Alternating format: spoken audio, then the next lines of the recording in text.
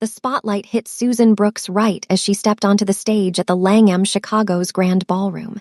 300 wealthy guests turned to watch her. Crystal chandeliers hung from the ceiling like frozen waterfalls. Women dripped in diamonds. Men wore suits that cost more than cars. This was the kind of room where fortunes were made and broken over champagne toasts. Susan had performed in plenty of upscale venues before.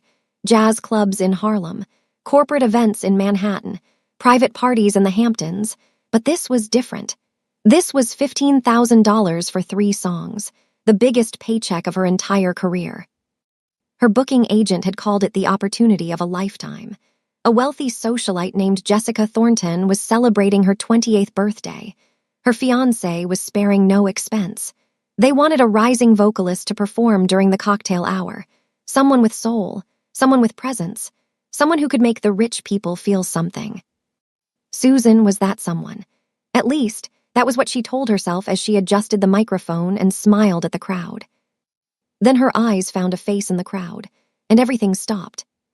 Park Si-woo stood near the center of the room with his arm wrapped around a woman in a custom Vera Wang gown. The woman wore a diamond tiara. The woman was laughing at something he whispered in her ear.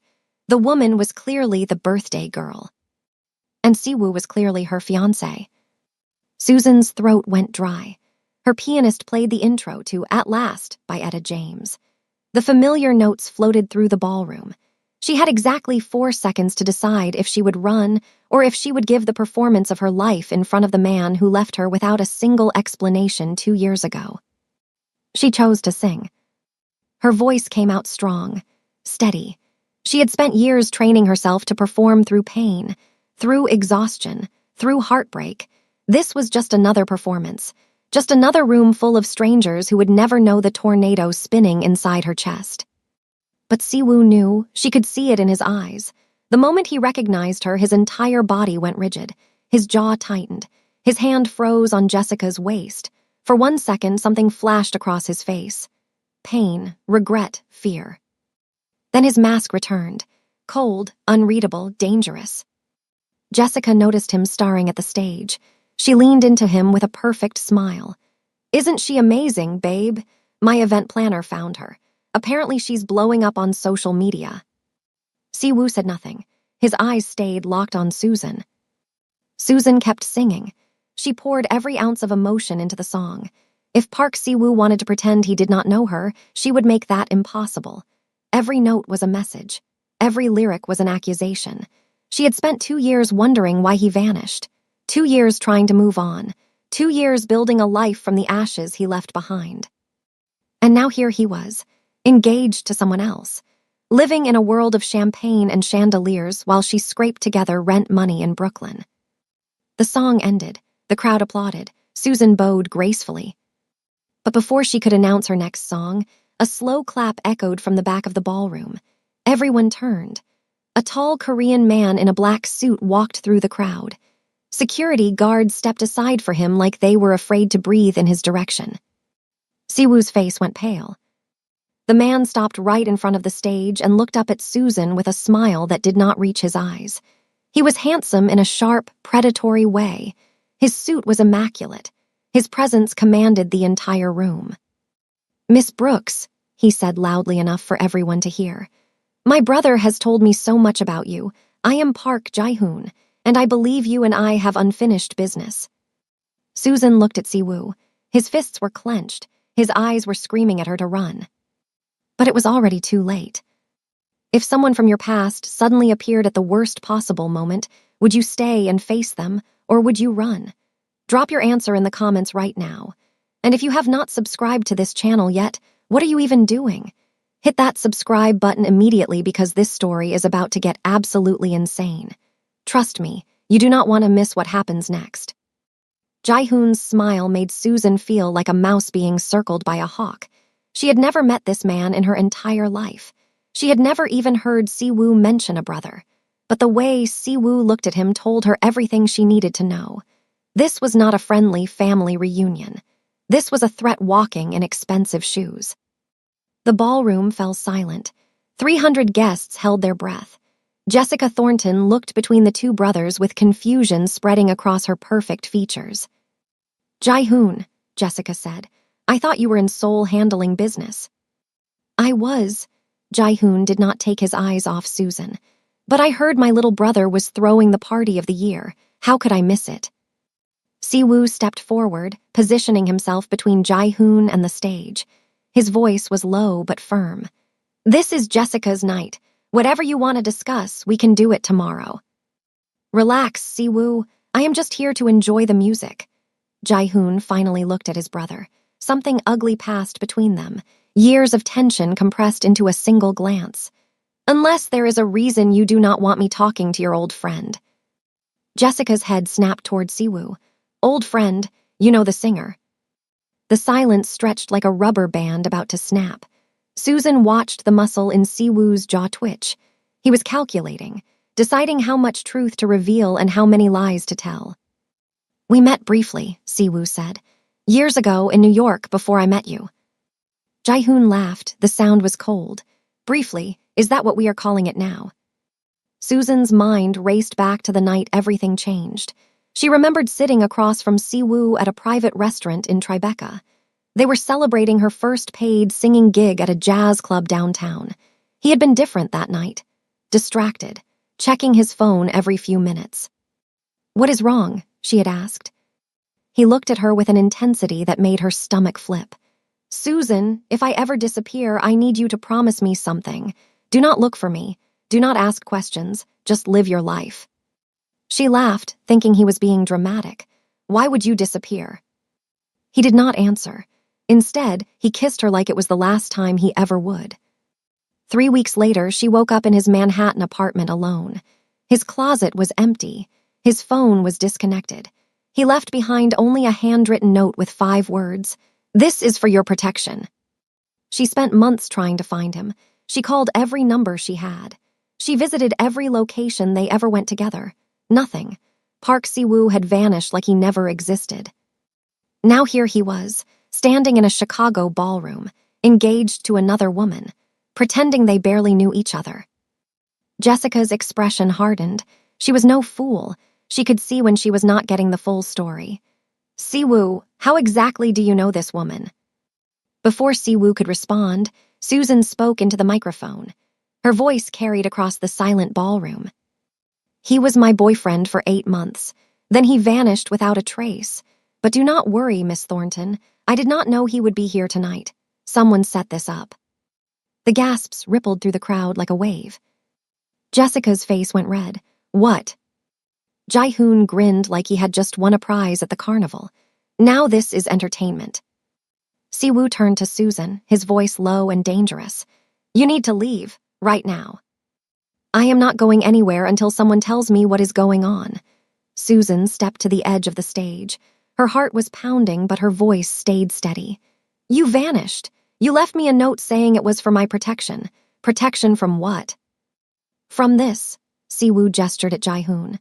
"From my family, from everything I tried to keep you away from." Jae-hoon clapped his hands slowly. "Touching, truly, but here is the problem, little brother. You do not get to decide who enters our world. And Miss Brooks," he paused, his eyes glittering with something dark. "She has been in it longer than she knows." Susan's blood ran cold. "What are you talking about?" Jae-hoon reached into his jacket and pulled out a folded photograph. He handed it up to Susan. Her hands trembled as she opened it. It was a photo of her mother, taken outside a grocery store in Atlanta, dated 3 days ago. Susan's heart stopped. "The Park family has been watching your family for years, Miss Brooks." Jae-hoon's voice dropped to a whisper that only she could hear. "Your father owed us a debt before he died, a debt that was never paid, and now that debt falls to you." Susan looked at Siwoo. His face was pure anguish. "You knew," she whispered. He did not deny it. Everything Susan thought she knew about their relationship crumbled into dust. Susan's father died when she was 16 years old. Heart attack. Sudden, unexpected. Her mother never recovered financially. They lost their home in Atlanta within a year. They moved into a cramped apartment on the wrong side of town. Susan worked 2 jobs through high school just to help pay rent. Not once did anyone mention a debt. Not once did anyone say the name Park. The party had dissolved into chaos around her. Guests whispered behind champagne glasses. Some pulled out their phones to record the drama. Jessica stormed off toward the private suites with 3 of her friends following like a support squad. Siwoo tried to follow her, but Jae-hoon blocked his path. "Let her go," Jae-hoon said. "You have bigger problems right now." Susan climbed down from the stage. Her legs felt unsteady. Her mind kept replaying the photograph of her mother. The casual clothes she was wearing, the shopping cart she was pushing, the complete ignorance on her face that someone was watching her. "If you hurt my mother," Susan said, her voice shaking with rage, "I swear to God." "No one is hurting anyone." Jae-hoon held up his hands. "As long as you cooperate." Siwoo grabbed his brother's arm. "This ends now. She has nothing to do with Father's old dealings." "Father's old dealings built everything we have, including the money that pays for your precious fiancé's diamonds." Jae-hoon yanked his arm free. "You forget who you are, Siwoo. You play the legitimate businessman, the investor, the philanthropist. But our fortune was built on sacrifice, and sacrifices do not expire just because you want them to." Susan stepped between them. "Someone needs to explain what is happening, right now, in plain English." Jae-hoon smiled. It was not a kind smile. "Your father, Marcus Brooks Sr., was a jazz musician who toured internationally in the 1990s. He spent 2 years performing in Seoul. What you never knew was that your father got involved with the Park family during that time. He borrowed money to fund a record label that failed. He promised to pay it back. He never did." Susan shook her head. "My father was a musician. He played clubs and festivals. He did not have business dealings with Korean families." "He did not tell you everything." Jae-hoon's voice was cold. "When Marcus died, the Parks did not pursue the debt. We waited. We watched. We saw you grow up. We saw your talent develop." He glanced at Siwoo. "And we saw your relationship with my brother begin." Susan turned to Siwoo. "You knew who I was, this whole time." Siwoo's face was torn. "Not at first. I walked into that Manhattan restaurant looking for somewhere quiet to think.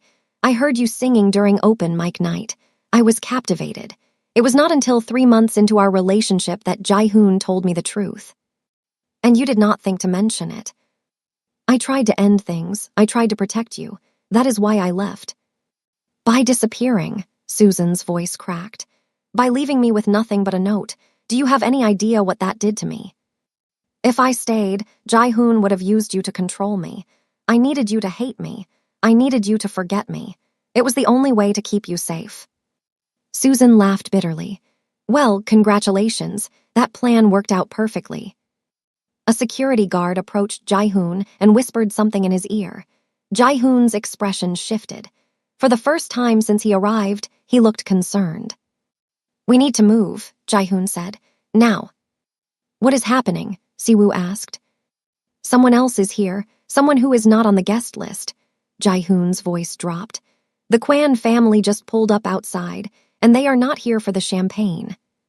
Susan did not know what that meant, but the way both brothers tensed up told her it was very, very bad. The ballroom doors burst open. 12 men in dark suits poured in. Guests screamed. Tables overturned. In the middle of the chaos, a woman walked through the crowd with terrifying calm. She was Korean, mid-40s, dressed in a blood-red gown that flowed behind her like liquid fire. She stopped in front of Jae-hoon and smiled. "Hello, boys. Did you really think you could have a party in my city without inviting me?" Jae-hoon's face went white. "Mrs. Kwan." The woman looked at Susan. Her smile widened. "And you must be the singer everyone is talking about, the one who has the Park brothers fighting like children." Susan could not move, could not speak. Mrs. Kwan stepped closer. Her perfume smelled like jasmine and something darker. "I have a proposition for you, Miss Brooks, one that could erase your father's debt forever. All you have to do is betray the man you love." Mrs. Kwan was the kind of woman who did not ask for attention. She simply took it. Every eye in the ballroom was fixed on her. Even the security guards seemed frozen, unsure whose orders they should follow. Susan found her voice. "I do not know who you are or what you want, but I am not betraying anyone." Such loyalty. Mrs. Kwan tilted her head. And yet the man you are defending kept secrets from you for years. He watched you struggle while he lived in penthouses. He got engaged to another woman while you sang in Brooklyn bars. Tell me, what exactly has he done to earn this loyalty? Susan had no answer. She had been asking herself the same question since the moment she saw Siwoo across the ballroom.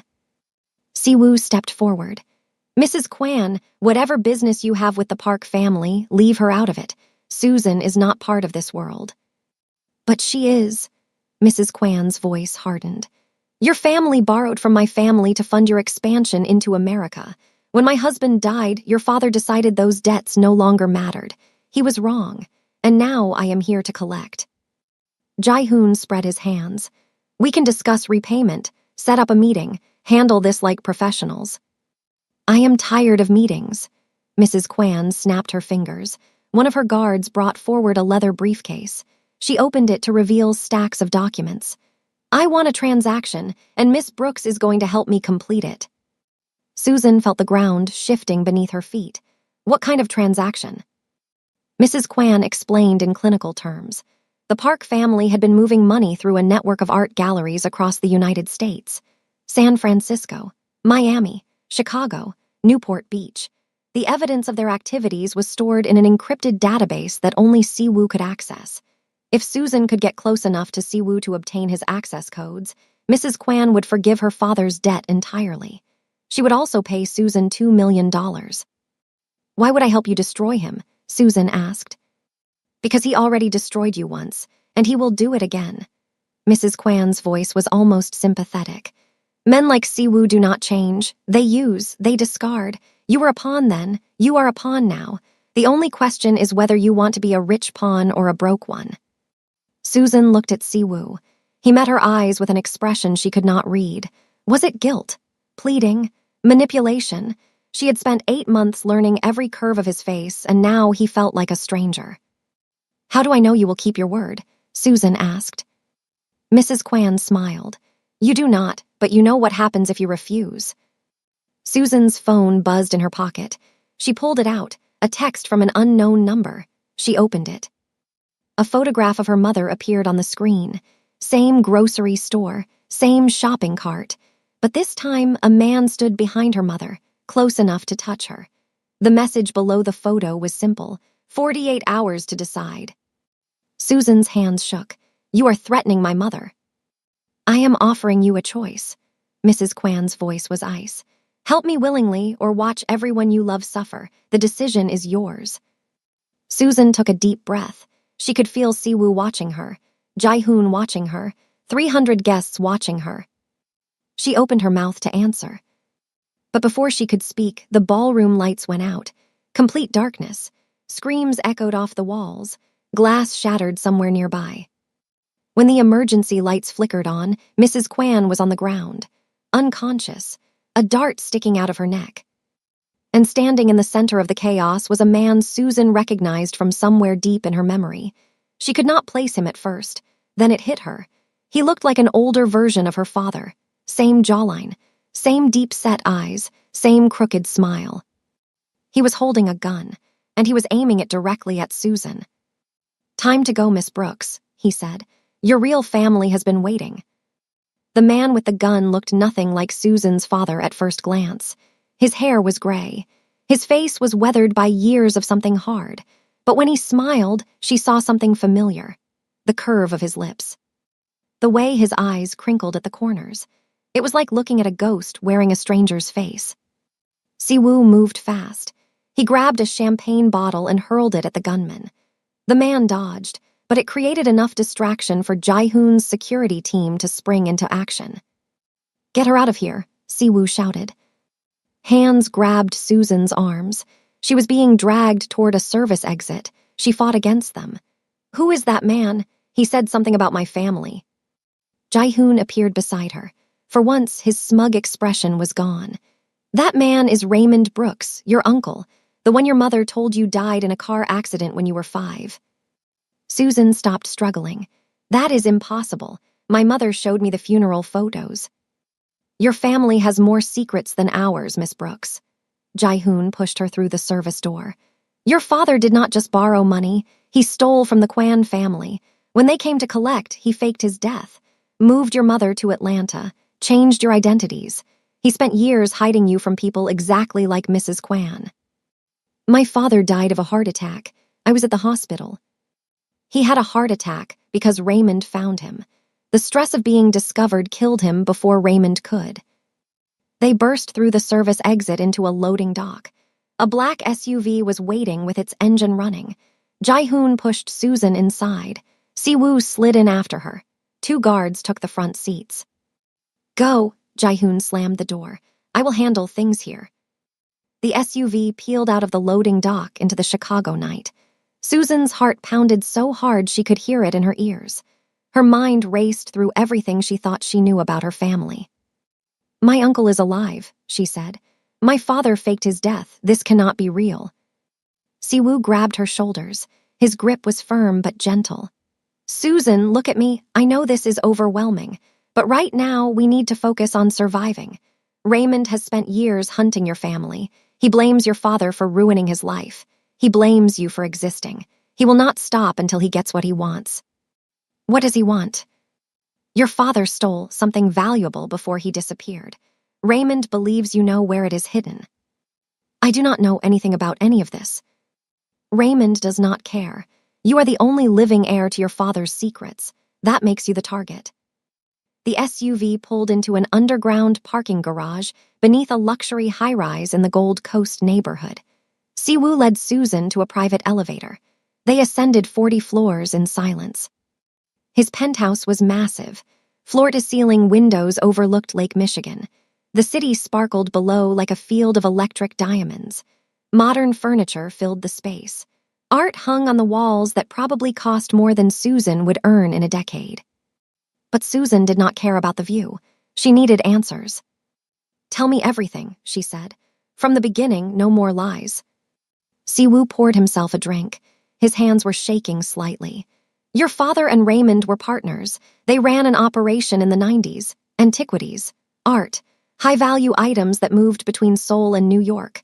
The Kwan family was their main client. My father was a thief. He was a survivor. He did what he had to do. But then he got greedy. He skimmed money from a major transaction. When the Kwans found out, they wanted blood. Your father framed Raymond to take the fall. Raymond went to prison in South Korea for 8 years. When he got out, your father was already gone, but Raymond's hatred never faded. It just transferred to the next generation. Susan sank onto the couch. Her entire identity felt like a lie. The loving father she remembered, the struggling musician, the man who taught her to sing and told her bedtime stories. He was a thief, a fraud, a man who destroyed his own brother. Why did you get involved with me? Susan whispered. If you knew all of this, why did you pursue me? Si-woo knelt in front of her. Because I fell in love with you before I knew who you were, and when I found out I was already in too deep, I tried to walk away. I tried to protect you by disappearing, but I never stopped watching. I never stopped caring. You were engaged to someone else. Jessica was an arrangement, business. Our families have investments together. I never loved her. Susan's phone buzzed. Unknown number. She answered on instinct. Raymond's voice crackled through the speaker. Hello, niece. I hope my brother's old boyfriend is treating you well. Enjoy your night. Because tomorrow I am going to take everything he cares about, starting with you. The line went dead. Susan looked at Si-woo. For the first time, she saw real fear in his eyes.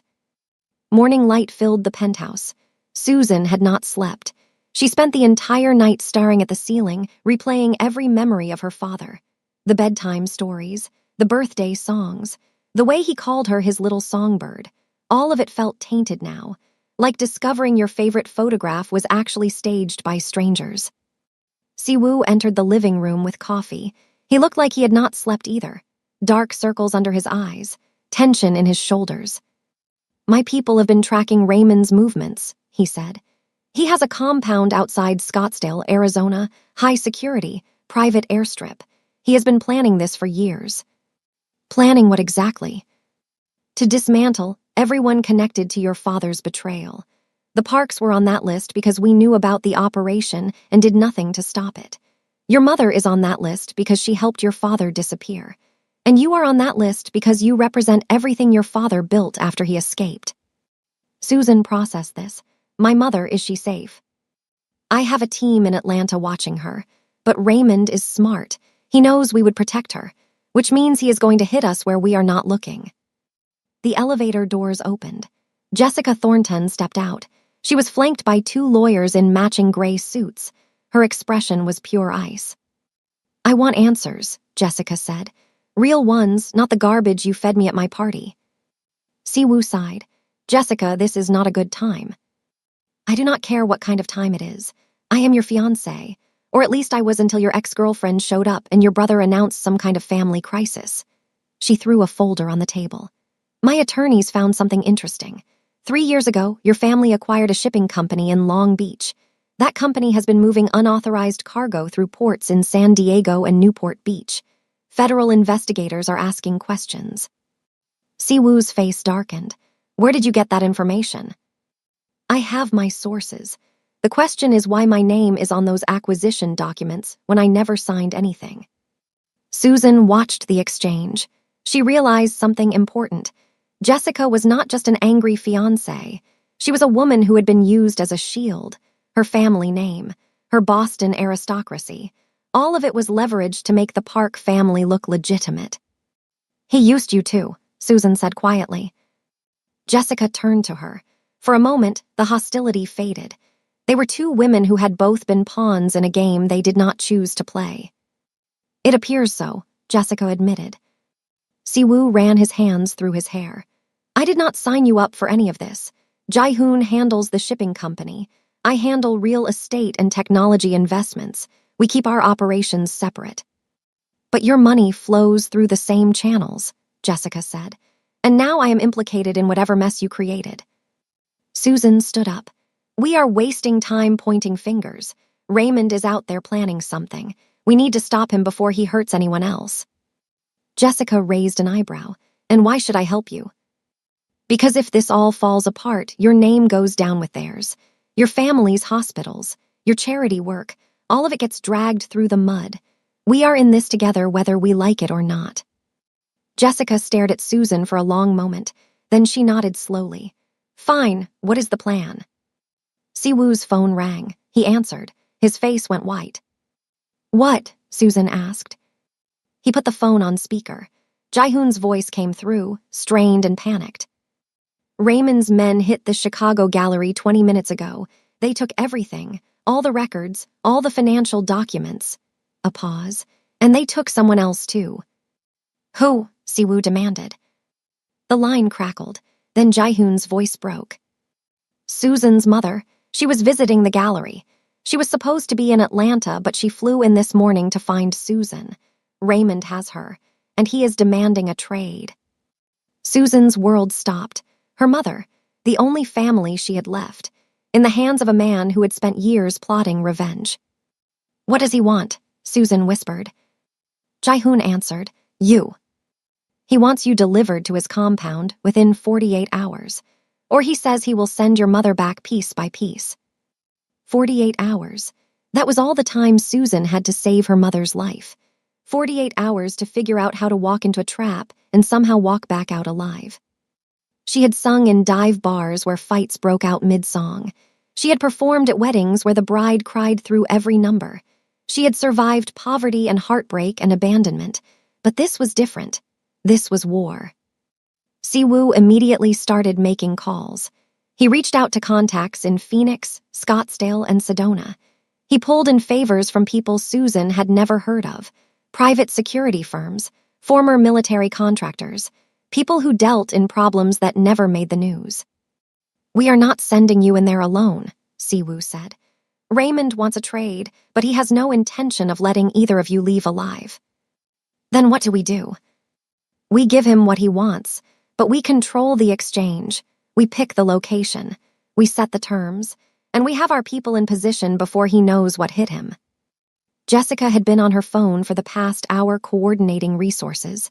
She finally looked up. My family has connections in Arizona, old money, political donors.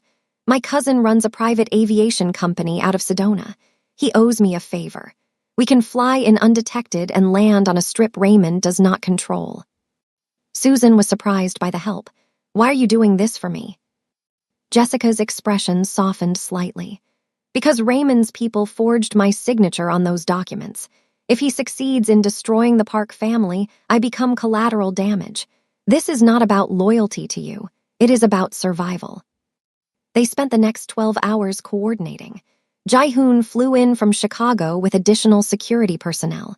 Si-woo mapped out Raymond's compound using satellite imagery. Jessica arranged transportation and medical backup. Susan felt useless. She was not a fighter. She was not a strategist. She was a singer who got caught in a nightmare she did not create. Si-woo noticed her frustration. He pulled her aside into a quiet corner of the penthouse. You are the most important piece of this, he said. Raymond wants you. He is obsessed with making you pay for your father's sins. That obsession is his weakness. He will be so focused on having you in his grasp that he will not see the trap closing around him. So I am bait. You are leverage, just like you were always meant to be, except this time you get to choose how the story ends.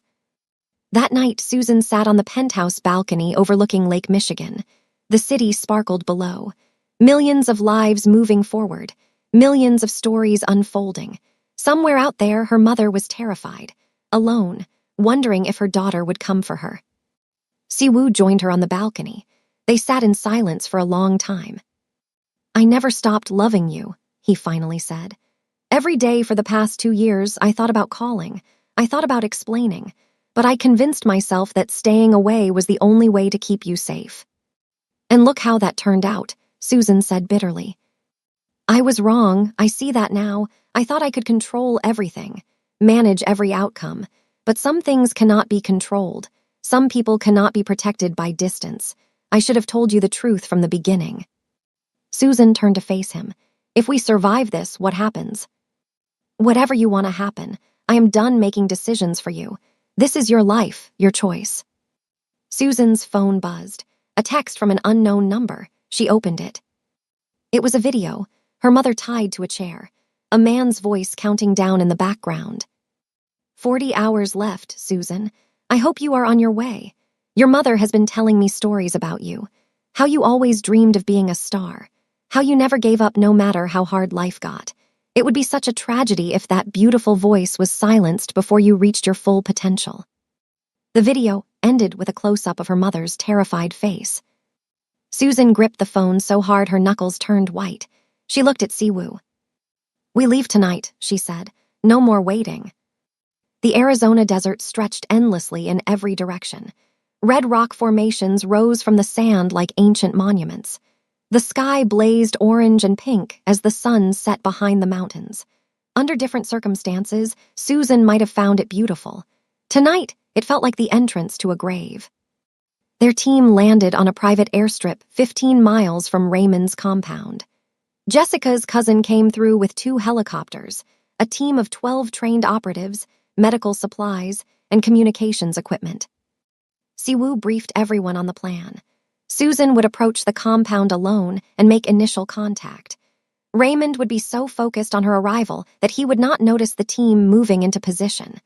Once Susan confirmed her mother's location, the team would extract both women while Jae-hoon's people created a diversion at the main gate. What if something goes wrong? Susan asked. Then we improvise. Si-woo handed her an earpiece.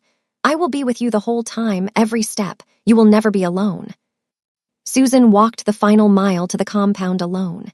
The desert air turned cold as the sun disappeared. Her footsteps crunched on gravel.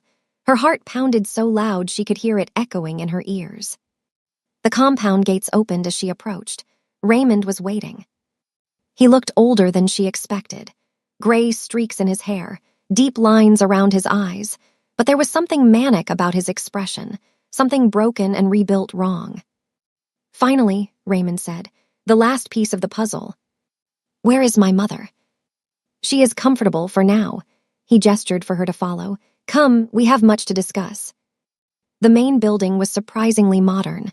Sleek furniture, expensive art, climate-controlled and immaculately clean, nothing like the criminal hideout Susan had imagined. Raymond led her to a sitting room.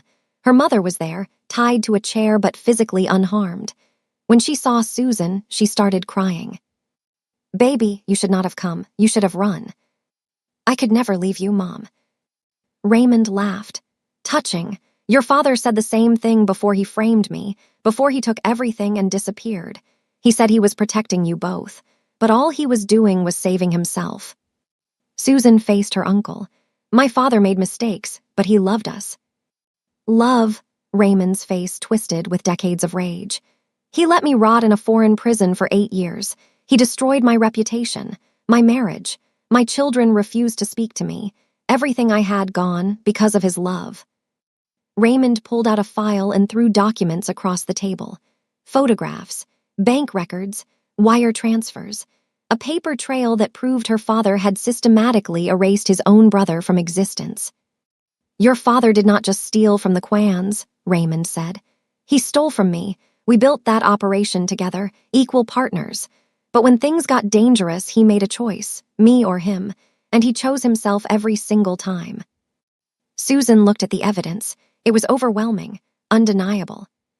"I did not know," she whispered. "Of course you did not. You were a child.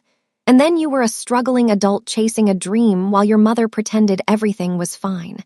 But ignorance does not erase what is owed, and your father's debt passes to you." Raymond pulled out a gun. "The Park family will fall eventually, but you will be the message, the daughter who paid for her father's sins." Susan's earpiece crackled. Siwoo's voice, "Team is in position, keep him talking." She looked at Raymond. "If you kill me, you get nothing. The Quans still want their money. The Parks still have their resources. All you accomplish is adding another body to the count." "I do not care about money anymore. I care about justice." "Justice or revenge, because they are not the same thing." Raymond hesitated, just for a second, but that second was enough. The lights went out. Gunfire erupted outside. The sound of helicopters filled the air. Raymond grabbed Susan's arm and dragged her toward a back exit. "If I cannot have justice, I will take you with me." They burst through a door into an underground tunnel. Raymond pushed Susan forward at gunpoint. Behind them, shouting and footsteps echoed. The chaos of the rescue operation was underway, but in this tunnel, it was just Susan and the uncle who wanted her dead. Raymond was leading her toward a vehicle hidden somewhere in the desert. If he got her into that car, no one would find her. She would disappear just like her father made Raymond disappear all those years ago. Susan made her decision. She was done being a pawn. She spun around and slammed her elbow into Raymond's face with every ounce of strength she had. The gun fired. The bullet grazed her shoulder. Pain exploded through her body like lightning. But she did not stop. She kicked his knee. She scratched his face. She fought like her life depended on it, because it did. Raymond staggered backward, clutching his broken nose.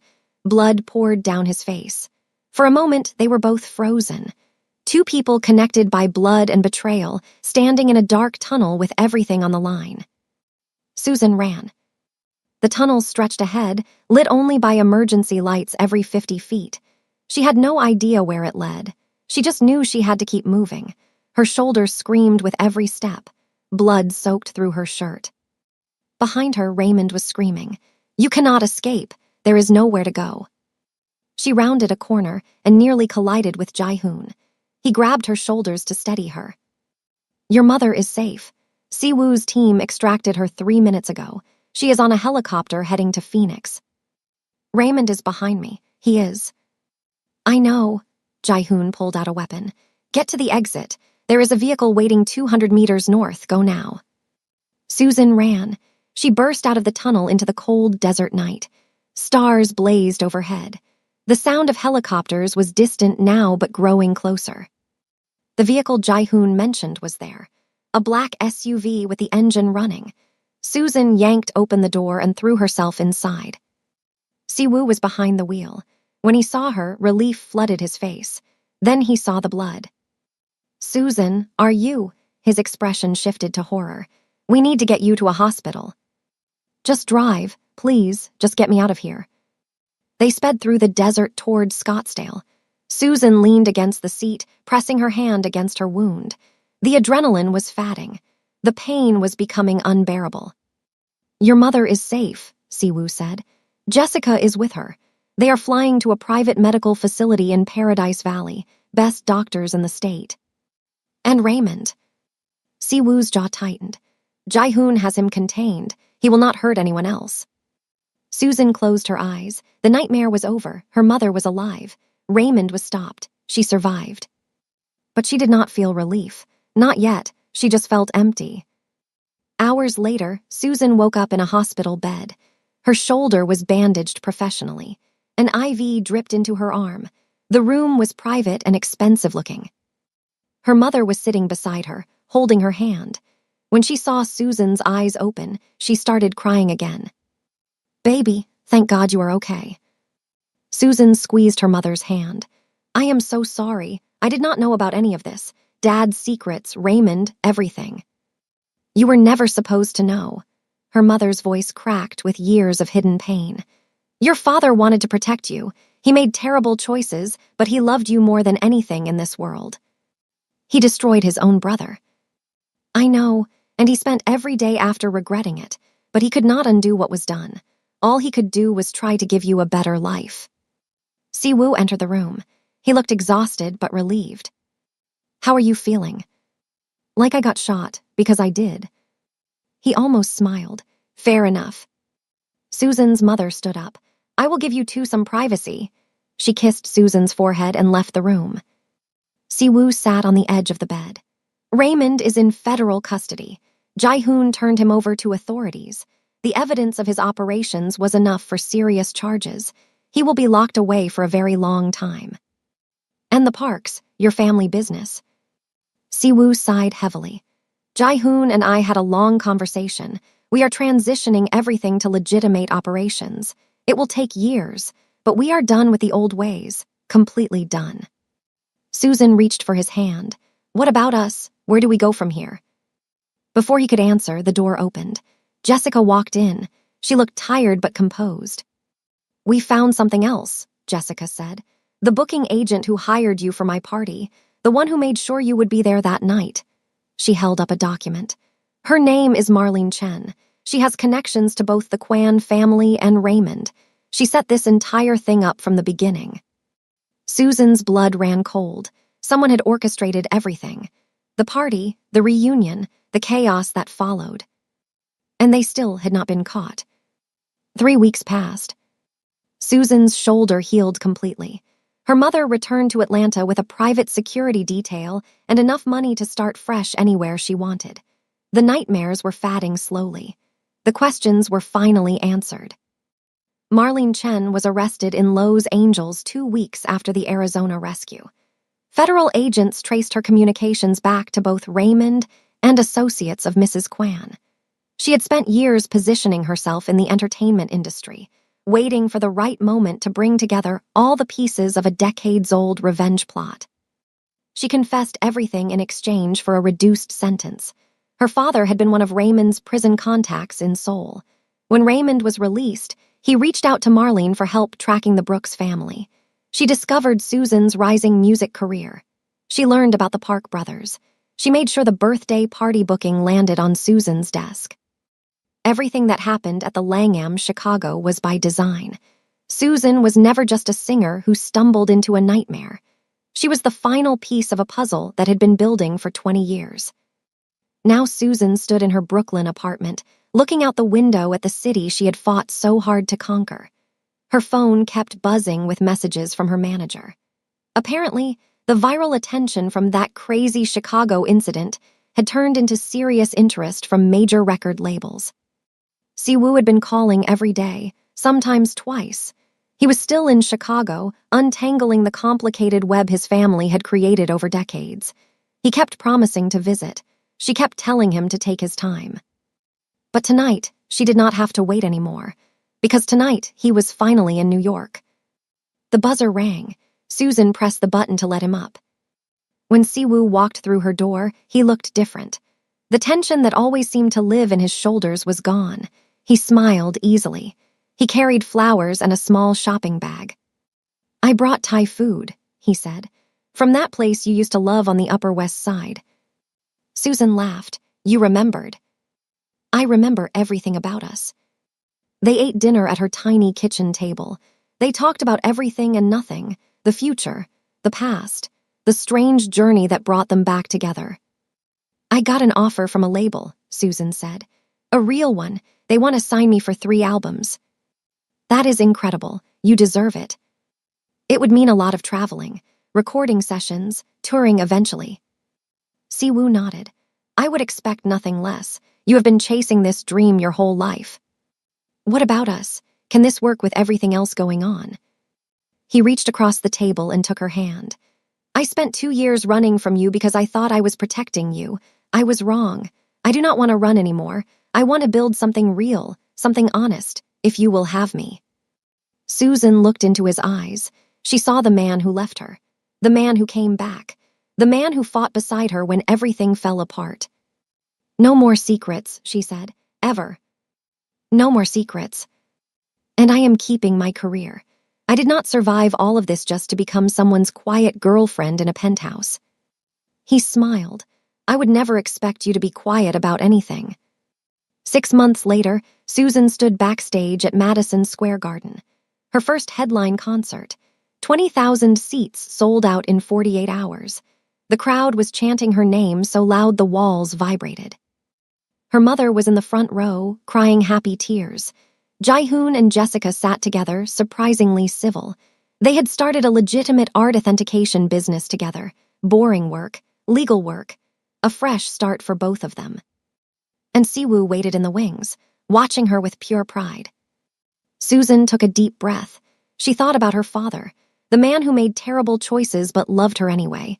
She thought about Raymond, the broken man who let revenge consume his entire existence. She thought about every struggle, every setback, every moment she wanted to give up on her dreams. She did not give up. She rose. The stage manager gave her the signal. Susan stepped into the spotlight. 20,000 people screamed her name. And Susan Brooks started to sing. The music flowed through her like electricity. Every note was a triumph. Every lyric was a declaration. She was no longer the struggling singer from Brooklyn. She was no longer the pawn in someone else's game. She was exactly who she always dreamed of becoming. Later that night, after the encores and the standing ovations and the champagne backstage, Siwoo pulled Susan aside. "I have something for you." He handed her a small velvet box. Susan's heart stopped. Inside was a ring, simple, elegant, a single diamond that caught every light in the room. "I told you I wanted to build something real," Siwoo said. "I meant it. Susan Brooks, will you marry me?" She kissed him before he could finish the question. When they finally pulled apart, she was smiling through tears. "Yes." The crowd was gone. The stadium was empty. But in that moment, Susan felt like she was still standing in a spotlight, not because anyone was watching, but because she finally understood something important. She was never a pawn. She was never leverage. She was never just the daughter of a man who made mistakes. She was always the queen. She just needed to fight long enough to claim her throne. The Park family found redemption. The debts were settled. The secrets were exposed. And love, as messy and complicated as it was, won in the end. Because some stories are about revenge. Some stories are about survival. But the best stories are about choosing who you want to become when the world gives you every reason to give up. Susan chose herself. She chose love. She chose to sing. And the world was finally ready to listen.